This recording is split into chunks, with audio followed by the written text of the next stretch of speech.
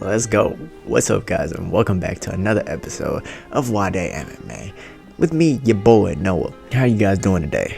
I hope you're doing well. I genuinely, really, truly do hope that you're watching another episode of Nwadei MMA, where I give you my thoughts, but more importantly, ask for yours, as you guys are the MMA community, and I can't keep up with this fast-paced MMA world all by myself. I need you guys. And speaking of needing people, there were a few fights that were announced yesterday by Dana White, the man himself. UFC 287, Adesanya vs. Pereira, Burns vs. Masvidal. Great fights on this card, and we're gonna go ahead and talk about these and the reality of Israel Adesanya versus Alex Pereira 2 in MMA. By the way, guys, it's not 3-0, it's 1-0. New sport, and we're gonna get into that. But with that being said, if you want to show your support for the content, go ahead and give this video a thumbs up and leave your thoughts down below. Please do. I'm looking for them. And if you enjoy daily MMA content, then you are more than welcome to subscribe and join the family. You know, better sooner than later. But with all of that being said, thank you guys for stopping by my video today, and let's go ahead and get right into it. Now, the first thing I'm going to go ahead and talk about is the reality of Israel Adesanya versus Alex Pereira 2. Now, Israel Adesanya, as we all know, lost to Alex Pereira twice in kickboxing and once in MMA. If you're looking at the numbers, this is just what happened. Statistics don't lie, right? Stats don't lie. And so, of course, Brazil is a happy country right now. Besides the whole Figueiredo Moreno thing, they're a happy country. Besides Glover Teixeira, they're a happy country. Alex Pereira, he's the champion of the world. Jose Aldo's in the Hall of Fame. Mauricio Shogun, who has retired, he's going to be in the Hall of Fame. There's a lot to be happy for if you're a Brazilian. However, the story's not over between Pereira and Adesanya, and that's just the only way I can say it, right? They're scheduled for a rematch, and it's not a rematch that people know exactly what's going to happen. Now, the casual audience and the Pereira fans are going to be like, okay, it's going to be 4-0. Pereira's just going to knock him out again after getting dominated for 3-4 rounds. And, you know, he's just the better fighter, right? But the reality of it is a lot more complicated than that. Wouldn't you agree? Wouldn't you agree? The first fight, it's arguable for who won that fight. It could go to Pereira, and it could go to Israel Adesanya. It did go to Pereira, so we'll leave it at that. The second fight, Alex Pereira gets saved by a standing 8 count. A standing 8 count. Why not just let him fall? Maybe because you're in Brazil. Maybe because it's longer than 8 seconds, actually, because they started the count late. Reminds me of Mike Tyson versus Buster Douglas. But either way, he came back. He regained his consciousness. And he ended up putting Israel Adesanya clean out.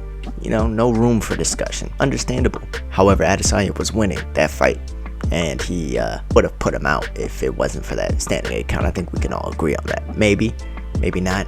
Okay, go ahead and look at my analysis and reaction to that fight. If you haven't seen it yet, I will go ahead and show you what the thumbnail looks like right here, and y'all can go hash that out for yourself. And if you're coming from this video to that video, please let me know in the comments down below. Maybe I'll create another video based off this topic as well. But so we have this weird controversy in kickboxing that Israel Adesanya, one of the best kickboxers on the planet, Alex Pereira, one of the best kickboxers on the planet, they clashed twice, and the second one wasn't as controversial just because he knocked out Israel Adesanya. The first one was controversial because it went all the way to decision.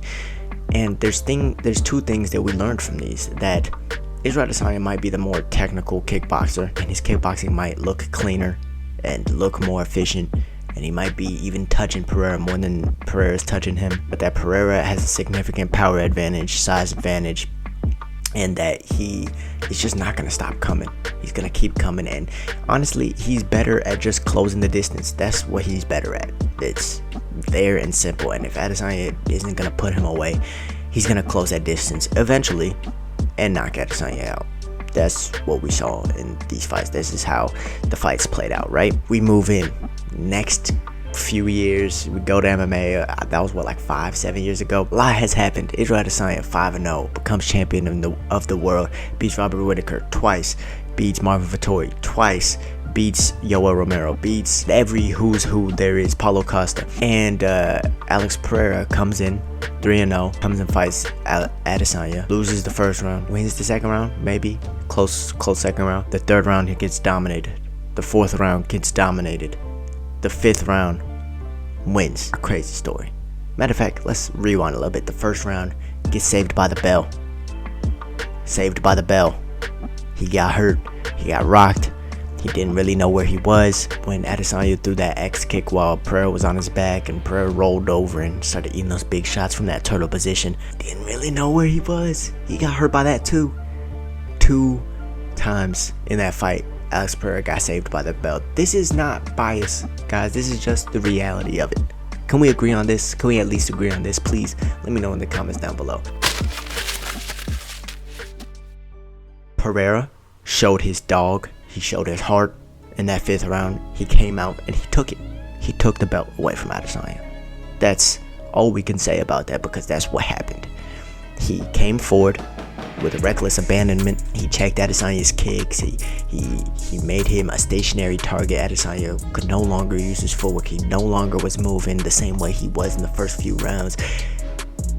Probably a lot of fatigue had to do with that. He didn't really know where he was. He was kind of reaching for the clinch and didn't have a good grasp on the range. And he got knocked out. But guys, there must be a 3. Scores are not kept. Scores are settled in this business, as Adesanya says. And guys, just let's just try and appreciate that this is gonna be one of the, if this happens to be a trilogy, if Israel Adesanya ends up winning, or even before then, this is one of the best and biggest rematches that we've seen in MMA history, in recent MMA history for sure, but in MMA history in general.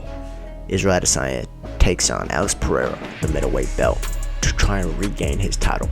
The first time in history for Israel Adesanya to try and regain his title. What happens? How does this one play out? Let me know in the comments down below. I think you guys know my thoughts on this, maybe. I don't know. I'm Nigerian. I am, but I also have an objective mindset, and I like looking at things in an objective way, even though some of you think I don't because of my Islam Makhachev and Alexander Volkanovski prediction. I think some of you guys know the truth and know that I can look at these things objectively, and objectively, I see that Israel Adesanya was winning that fight. I see that he was dominating that fight. I see that had he have wrestled more and continued playing the game that he was playing, that he potentially would have won. And I'm gonna go ahead and break this fight down a little bit more in another video, but I just want to stop here for now, and I want to hear your guys' thoughts on this. What's the reality of Israel Adesanya versus Alex Pereira 2? Do we think Izzy has a shot? Do we think that Alex Pereira is gonna retain his belt? How are we feeling about this, guys? Let me know, please. Again, I'm sharing my thoughts, but I'm asking for yours. Please let me know in the comments down below. And guys, thank you guys for stopping by my video today. Thank you guys for watching and tuning in to Nwadei MMA, where I give you my thoughts, but more importantly, ask yours. If you like daily MMA content, don't forget to subscribe and tell me what content y'all want in the comments down below. But with that being said, hit that bell icon, stay safe, and stay blessed. I'm out. Peace.